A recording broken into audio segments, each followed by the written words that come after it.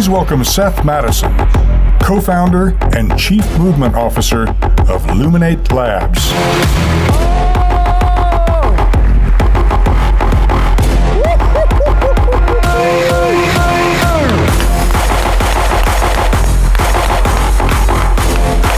Good morning, man. It's like a rock concert in this place. Give yourselves a round of applause for making it, getting ready to go this morning. I'm so excited and honored to get to be here and be a part of this and kick us off right. As you briefly heard my organization, Illuminate Labs, mentioned, we have a really specific purpose and mission with our work, and that is we wake up every single day with the goal and the focus of helping leaders navigate the future of work. Period. End of story. Helping leaders navigate change and transformation. How is their marketplaces evolving? How are their workforces changing? What are the new technologies? Navigating digital transformation. That's who we're focused on. And I feel like one of the luckiest people in the world. Over a decade now, we've had a chance to work with category leading brands and high performing leaders across just about every single sector. We're industry agnostic, so we've got to touch a lot of different individuals and a lot of different spaces. My favorite part of our work today is to get to come up alongside and work with leadership teams as they navigate what we call defining moments. This is sort of, over my 10 plus year journey, this has become my favorite thing, helping leadership teams navigate these defining moments. Now, what's a defining moment? A defining moment is essentially, it's this point, it's this moment in time that is, it's sort of this character revealing moment. It's a point in time in which the identity of a group or an individual is revealed. Character revealing moments. And if you think about it in your own life, every one of you sitting in this room right now, you've navigated, and maybe at this exact moment, you're navigating defining moments personally. You're navigating defining moments as individual organizations. But as I step back and I think about the industry of transportation and construction and engineering, as an industry, you are navigating a defining moment right now. I think it's one of the most exciting times to think about all the industries we work with, specifically as it relates to the promise and the potential of digital transformation, which is partially why you are here to think about what this is going to mean. I don't think there's a single industry that has so much potential to realize so much gain from all of the promise of digital transformation. Now, here's the challenge, and this is what I've discovered in our work, is that the single biggest barrier, the most overlooked and underestimated barrier to realizing the promise of digital transformation does not lie in the technology. It lies in our ability to collectively navigate that change as human beings and to get our people on board with where we're going next. My organization, and for me personally, I would never claim to be a technologist. The way we've approached and thought about this element of change, digital transformation, is thinking about it from the standpoint of the human element of digital transformation. And what I want to reveal to you, and this is based on not only on our work with clients, but on the research. If you look at the research, what are the top challenges with really bringing forward the promise and the potential of DT? It always comes back to our people. And what I want to do, because I think there is a call for every leader in this space to be able to step forward and help guide your organizations through this, but we have to understand this element. Now, at the base, at the heart of this barrier to experiencing the promise of digital transformation lies this dynamic tension, this battle that is playing out between two worlds. The future of our industry, our organizations, and digital transformation is being defined by two forces. And these two forces have been battling it out. Quite frankly, they have been battling it out for centuries. This is a historical battle, but it's also a battle that will shape our future. At the heart of it, these two forces are what we call hierarchies and networks. Hierarchies and networks and the battle between them will define your organization and this industry's ability to navigate this moment in time. Now, what do I mean by this? Some of you might be thinking, hierarchies and networks, where are we going with this, dude? First of all, let's just take the term network. It's our fundamental belief that we are entering a moment, a period in time right now that will be defined and known as the age of the networks. I think 50 years from now, in the history books and the business books, they'll look back on our collective generation of leaders as to how we responded to this moment in time. And if you think about it from a visualization standpoint, thanks to the digitalization of absolutely every single aspect of our life today, our organizations, we live in an existence based on networks. Networks of information and resources, talent, people, hyper-connected, digitally charged. But the challenge we collectively have with embracing this world is that for most of us in this room, myself included, have come of age in a reality where the structures and more importantly, the deeply embedded culture of hierarchy has been our reality. And today, these two worlds, this new emerging world of network, which brings with it all of the promise of digital transformation, is colliding headlong with our existing traditional historical world of hierarchy. They are at battle with each other, and they are battling it out at every single level of society today. The highest levels of government, inside our organizations, our institutions, and inside our communities.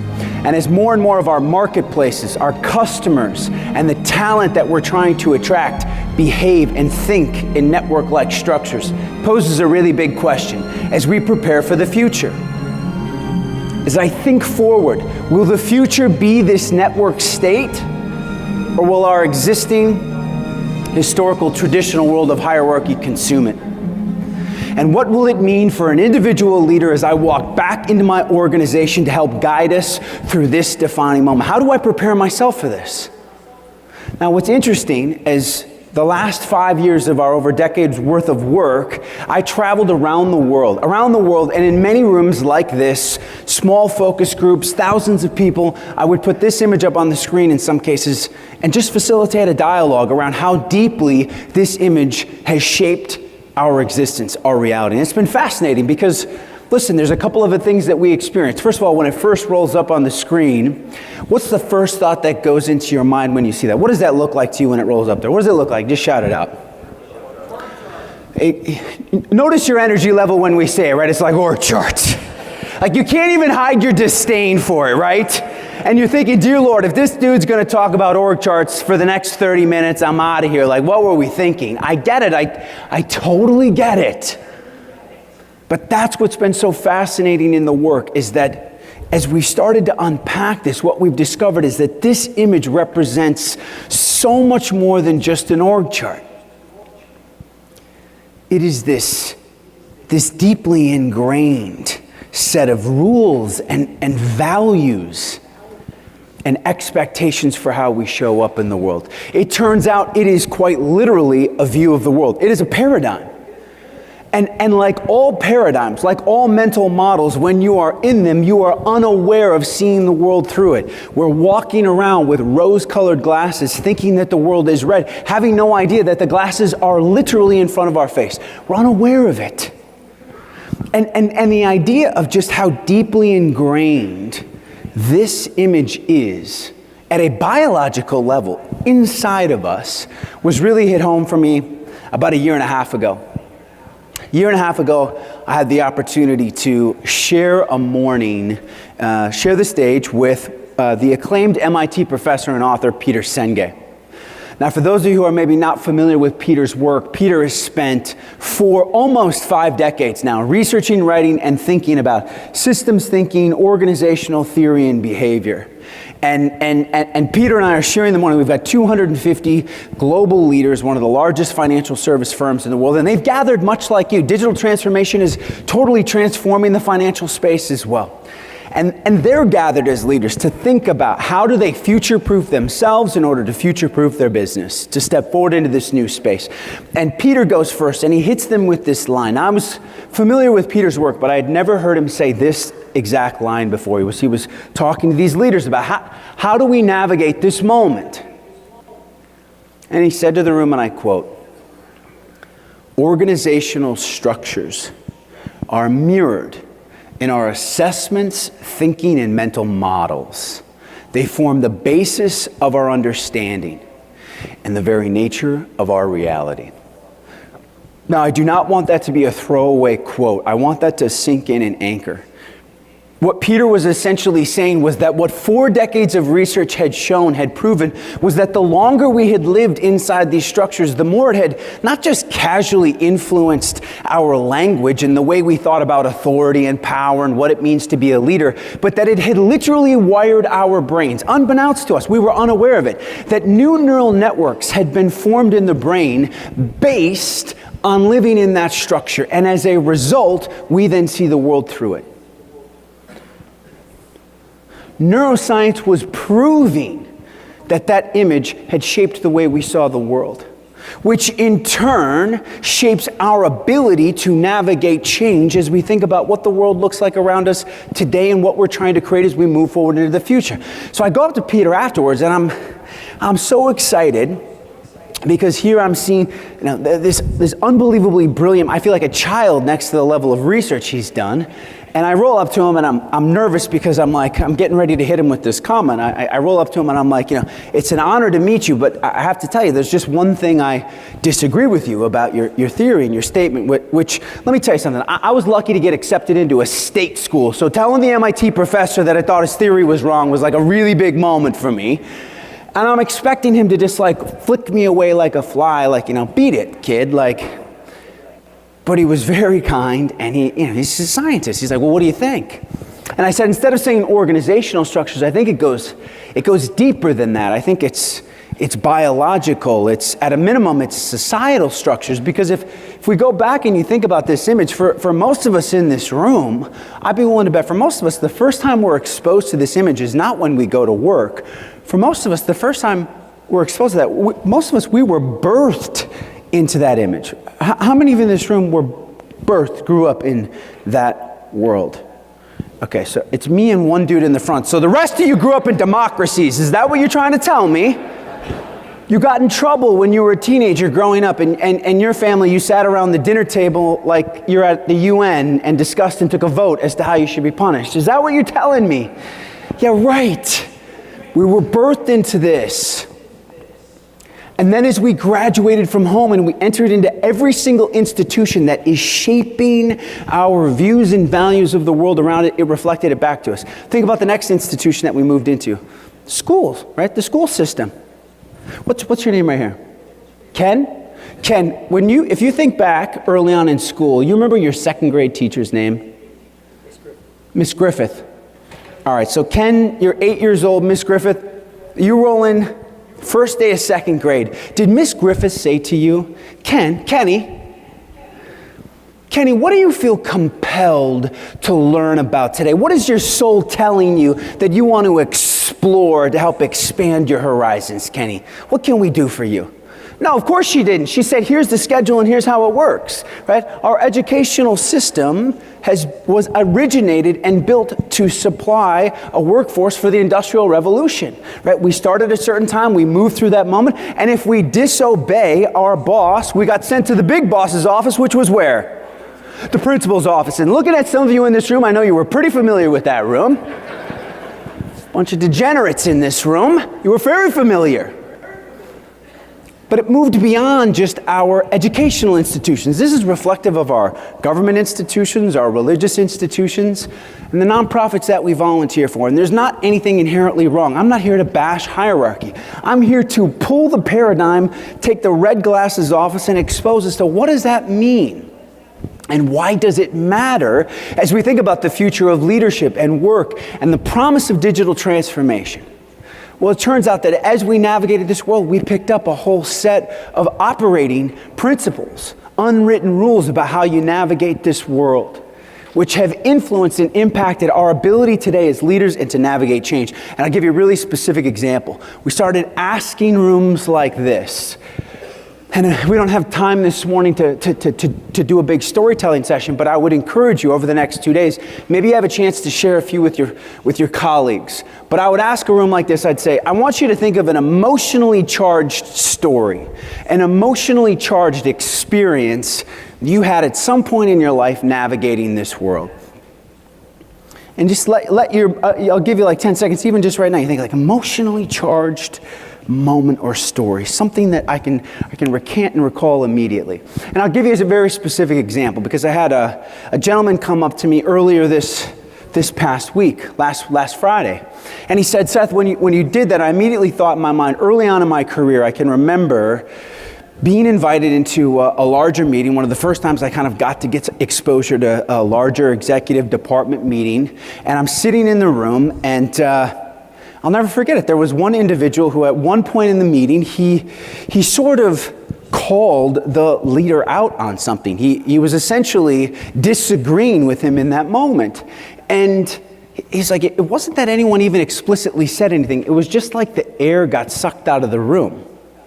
Like people are sort of like side-eyeing, looking at each other like, what did dude just say?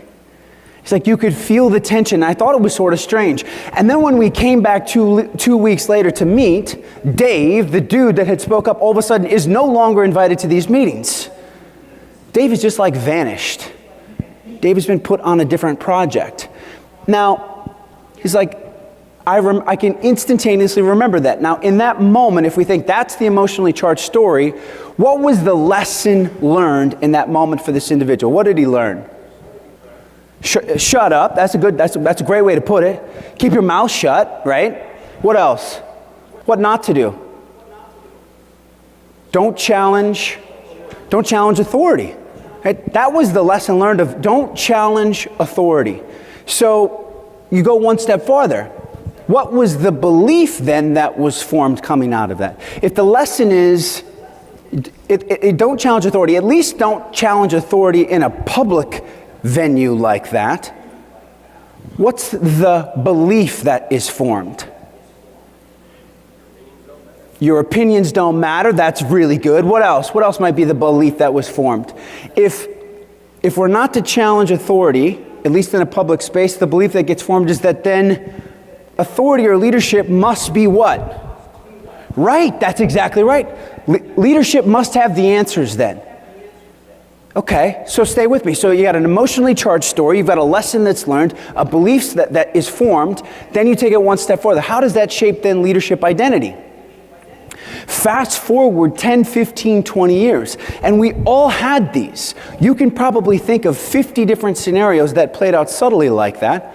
If I learned that and I saw the belief was formed was that leadership must have the answers, or a leader's job is to squash dissent depending upon the culture that you grew up in, right? It got met with fear and resistance and intimidation, potentially. Then the idea is now that I'm a leader, now that I've ascended into this position, I'm the leader. That means now that I have to have all the what? I have to have all the answers, which makes it really difficult to say what? 3 big words. I don't know. How important is that as we navigate this moment of change and uncertainty around digital transformation? Is there anyone in this room, if you can catch me afterwards and clearly and concisely tell me exactly how you think digital transformation in all of its realms will play out and shape your industry, I would love to hear it. Because I've talked to the smartest CIOs around the planet and everyone's like, it's kind of the wild, wild west. We're hanging on for dear life. We're making educated, right, guesses and anticipations and bets about where this is going to, but we don't know. How does it condition us to be able to navigate this moment? Now, there are 100 more scenarios like this. Now, there's one final exercise we would do with people just to sort of establish how deeply ingrained this world is. I would put a blank piece of paper on a table with a gathering of leaders and just say, map out for me your organization. Who reports to who? Who do you report to? How does information flow? What does it look like? 9 times out of 10, this is the image that appears on the paper. Again, there's nothing wrong with that. It's just an observation. Now, if we want to understand the future, if we want to understand where we're going next, one of the ways we do that is by studying the youth. And we do that, we study generational dynamics and we look at the youth, not because youth are more intelligent, have higher IQs, they're these brilliant minds, or because they are creating the future. We study the youth because what youth do is they reveal to us how the world is changing. Does that make sense? The youth are not changing the world, the youth are revealing how the world is changing. I want you to never forget that. They are essentially, and this has been true throughout all of history, this is not just about millennials born between roughly 1980 and 1995, and Generation Z born from 96 to 2010. This has been true throughout all of history. Youth, by their very definition, are what we call fringe dwellers. They live on the edge of society and industry, and they're tinkering and exploring and expanding. They push society, industry, business, every vertical forward. And every single one of us in this room, when we occupied that place in our life cycle of youth, that was our responsibility, and that's what we did for humanity and society. When we look at youth, they're revealing to us how the world is changing. They're not changing the world. They give us clues about where we're going next. If we have any hockey fans in the room, it's a little bit like the old saying about Wayne Gretzky, why he was the greatest in the world. When people ask, why was he the greatest? Anybody remember what he said? He said, I didn't skate to where the puck was. I skated to where the puck was going to be. That's exactly what this is. And so we started asking, same experiments, blank piece of paper, describe for me your world. Your teachers, your parents, your friends, your neighbors, if they were working. Again, what I was looking for was not the surface level traits, characteristics, and trends. I was looking for a deeper mental model, because that's a fundamental shift changing how the world operates.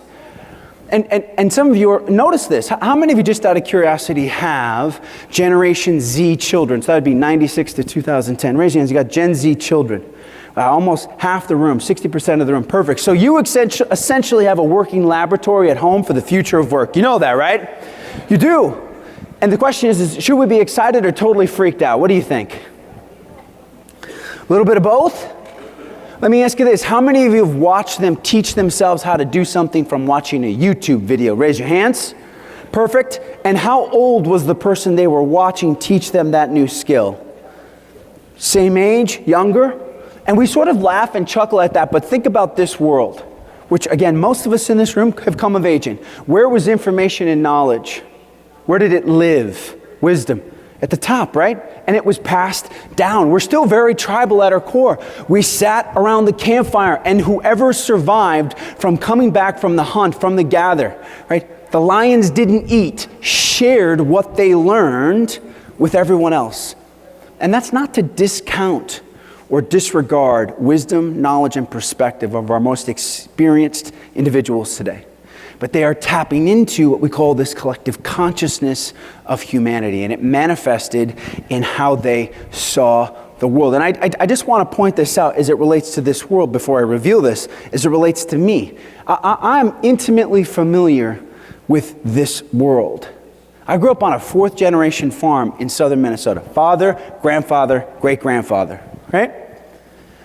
Put that into perspective. What that essentially means as it related to this world is that there was no debate or discussion about who was in the barn shoveling the shit out and who was in the tractor driving it away, right? It wasn't like, hey, Gramps, maybe we'll switch it up today and I'll be in the tractor and you'll be running the pitchfork, right? Like, that's not how it worked.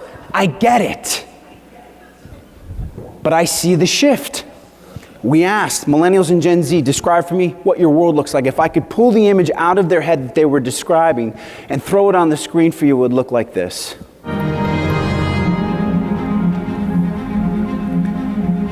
We go right back to this networked image. And what became apparent to us in the research was that what they were describing at a deeper level was essentially a physical manifestation of the virtual world of the web they had come of age in. The digital world in which they had been birthed into, not created, birthed into.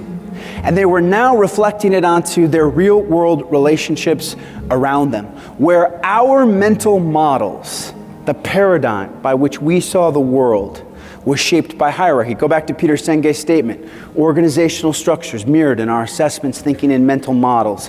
Their mental models reflected the digital space in which they had operated in. Now, why do I tell you this? I don't tell you this to say we should be putting 20-year-olds on our board of directors and have them running companies. I'm not. What I'm bringing to light is that mindset that they're bringing, the way in which they see the world, is representative of where we're moving to next. If I think about it as an industry, I study the trends, I say it starts there, but it gives me clues about where we're moving to next, helps me identify not just what youth want, because what we've discovered as it relates to the network is not about a state of age, it is about a state of mind. And like all things, youth are simply early adopters. By understanding that world, it gives me clues how we're all going to be operating. I've yet to see a single characteristic. You can go down the board. A desire, a tool that's used for the most part that youth want, that has not become universally adopted by every single person in this room. The simple, easiest example of that is something like social media. Right, Facebook. In 2003, go 15 years ago, who was using Facebook? College kids, right? It was this silly tool. And I started talking about this stuff back in 2005. How many of you remember sitting in rooms for 5, 6, 7 years debating whether or not we were going to get a company Facebook page? Do you remember those days? Is this thing going to be a real thing? Or is this just a stupid fad? Like, our people are on Facebook. What are we going to do about this? But it represented a larger shift of how we would communicate in this network-like structure. Now here's the challenge, and this is where I find most quote-unquote futurists, and every article that we read in Fast Company, Forbes, Inc., any business management, we love to tractor beam into this world and we say, this is the future. This is the here and now.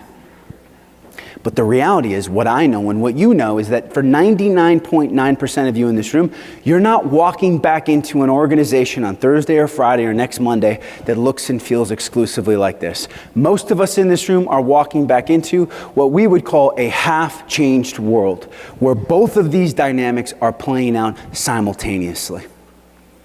And the opportunity for all of us as leaders, the organizations that will understand this and ultimately create competitive advantage and differentiate and win in their marketplaces, and again, you couldn't have a more ripe industry, are the ones that can find a balancing act between these two worlds.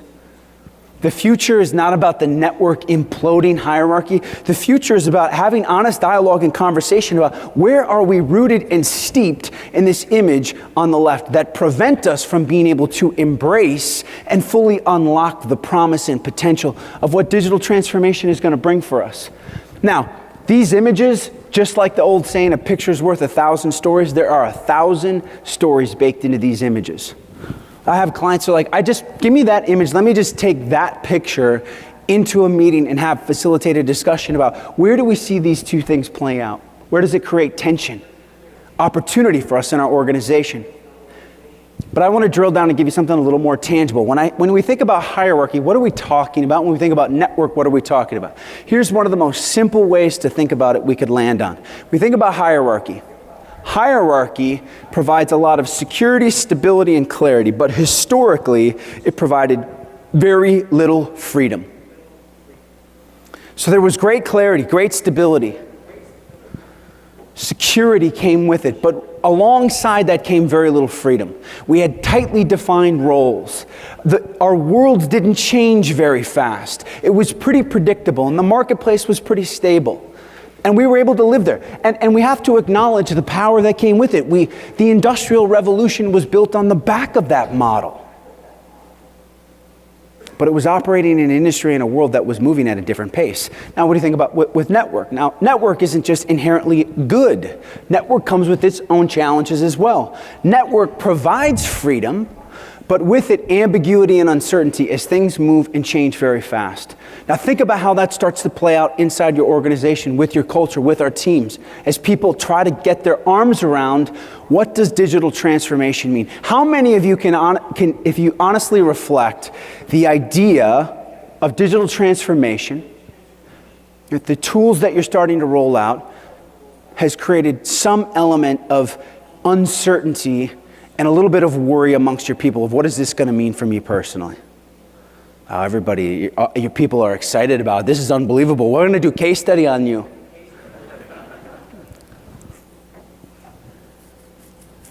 Either you're too tired to raise your hands,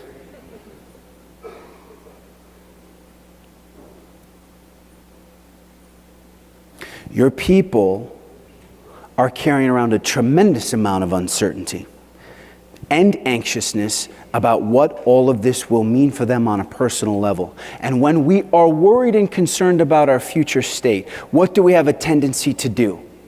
How do we respond to uncertainty? We pull back. That's absolutely right. We move into, it's just like in nature, it's the laws of nature. When there is uncertainty, when there is potential scarcity, we start to hoard. In nature, what do animals hoard? Food and shelter and resources. Inside our organizations, what do we hoard? Help, information. We go into protection mode. People are, as they move through this moment in time, this critical moment, they are looking to all of you, any of you that are stewards of the transformation that is about to happen, and they are saying, please give me some clarity. What do they ask? What are they're looking for? They're looking for all of these things: security, stability, and clarity. Help me understand exactly what this means for me in this moment right now. The opportunity we have as leaders is we've got to find a way to step into this role we define as a future maker that lives in between them both. You've got to be able to navigate both. You've got to be able to help shepherd and guide your fellow leaders and colleagues, the executives that are on your executive team, to help them understand, the frontline managers that are ultimately interacting with and dealing with your laborers, your frontline staff, your drivers, fill in the blank, to understand how and where they are operating from a standpoint of hierarchy that doesn't serve you as you move into this next state. And you simultaneously have to be able to take a workforce that has only ever known this world and give them clues about how you operate in that. How do we step in between? Now, from a tactical standpoint, right, is we've taken this, which still feels a little theoretical, and applied it inside of organizations, inside client organizations, to bridge the gap between both worlds. That breaks down into 5 shifts that have to take place. It looks like this. There's a technology shift, there's a process shift, there's an experience shift, there's a skill shift, and there's what we call an inner shift. Each one of these bridges the gap between them. And what I find it's very easy to do, and what I hope I serve as a little bit of a reminder kicking this off, as you get exposure to all of the unbelievable tools that Command Elcon is rolling out on that technology front, right? Because the technology front represents all of it. Artificial intelligence, machine learning, big data, internal social collaboration tools, and mobile. All of that does what? It democratizes and unleashes what? What is data? Data is essentially information and insight and perspective. Freedom to be able to design the experience. But what we find is many times clients is that we'll go here, we launch this and we're like, we get network, Seth, I get network. We're prepared, and we stop. We don't make our way across the rest of these. It then influences into process shifts, agile methodologies and design thinking, experience shift. We can't just roll out new technology and new tools and not think about what are the experiences that we are shaping for our employees. Moving from the idea of, you go back, one of the first meetings I'm having is with my HR and talent leaders. And I want to know specifically, we have to work hand in hand, right? Change readiness and culture. How are we going to navigate this from a cultural standpoint? Moving from engagement and thinking about employee experience. The organizations that are bridging the gap here, they're understanding employee experience is going to be so critical as we make this jump, because the world on the left in which most of us grew up in lived in a mindset where it was like, it's called work for a reason, homie. We're not here to help you self-actualize. It's not about making sure you have an unbelievable experience when you come to work. I pay you a fair amount in exchange for your time, energy. I'm not here to shape remarkable experiences. Now we have to. Skill shift. From a leadership perspective, for all of us in this room, really thinking through what are the new leadership skills and competencies? Who must we become to navigate and lead in a digital world? Do you have those defined? The organizations that are bridging this gap, they're definitive. Here are the 5 new leadership skills and competencies to lead with a digital mindset. They know them, they own them, and they articulate them. And everyone from the CEO down to frontline managers embrace and embody those skills and those competencies. So if you're sitting here right now and you're thinking skills and competencies for leadership, we don't have that. Boom, line item. That's one of the things we want to be working on. Here's what we've discovered in the work. It really boils down to three things to navigate this moment: communication, culture, and change readiness. Specifically, I'll leave you with this front on change readiness, because I want you to have something extremely tactical that you can roll back with, navigating this moment in time. Every organization and every leader that's bridged the gap between them has remarkable self-awareness and self-reflection. To know thyself. You know your strengths. You know where your house is in order, and you can answer these questions as you think about your team going through this moment. Number one, as a team and as an organization, do we understand the change? Leave with these questions. Do we understand the change? You're going to come back. You'll be exposed to all of these ideas. Does my team, does the entire organization understand the change that's at hand? And if they don't understand the change, the resulting move we have to make is we've got to be able to communicate clarity about where the future is. Can you articulate a compelling vision about what digital transformation is going to mean for the organization and where you're going? And if you can't, we have to establish it. And then it's not just about you being able to communicate it. We've got to make sure every other leader, all the way down to frontline managers, can communicate that vision. So once we've established that they understand the change, the question is, do they have the ability to change? So they know where we're going. We've established the clarity. The question is, do they currently have the skill set to do it? Do they have the ability to make the change? And if they don't currently have the ability, how many of you have staff right now that you know do not have the skill set to become this next thing that we need them to be? Raise your hands. In their current form, they do not have the skills. Perfect. A lot of you, your workforce is ready to go. This is beautiful. You're locked in. It's going to be easy for you. It's going to be easy 2 days. You can hit the bar, piece of cake. If they don't, right? If they don't currently have the skills, then the question is, do they have the desire to become that? So I have honest conversations to determine, are you in? Are you committed? I'm committed to you to give you the training to pour into you so you can pull this off. Once we know that, the question is, are they emotionally aligned? What do we mean by emotionally aligned? Some of you are going to come back. You've gone to a lot of meetings like this, and you come back and your staff is just waiting. They're like, oh my God, Jim just got back from another meeting. He's got tons of great ideas. Can't wait to hear them. And you know what they're thinking? They're thinking, I'm just going to wait him out. I give him 2 months. I'm going to wait him out. And it's going to pass over. It's a fad. Some of you know exactly what I'm talking about. You have to go back with the intention that you are committed to implementing the ideas that you brought back here. And the final component is we've got to be prompting the change. Everywhere, prompts, signs, using technology, pushing signals to help people embrace this new mindset. This is the roadmap forward. When you are here, I don't think you could have a better partner in this industry to help you identify the tools and the resources to be able to bring forward the promise of digital transformation. But en route, do not forget the leadership aspect. Where do we have to go? How do we influence our people to navigate these two worlds and bring forward the promise? If you do that, there is not an industry on the planet right now that can make a larger impact for humanity and all of us by you getting this right. Thank you for what you do, and thank you for the opportunity to get us kickstarted. Have an unbelievable conference, everyone. Thank you so much. Thank you. Thank you. Very, very kind of you. Thank you. Thanks, guys. Thank you.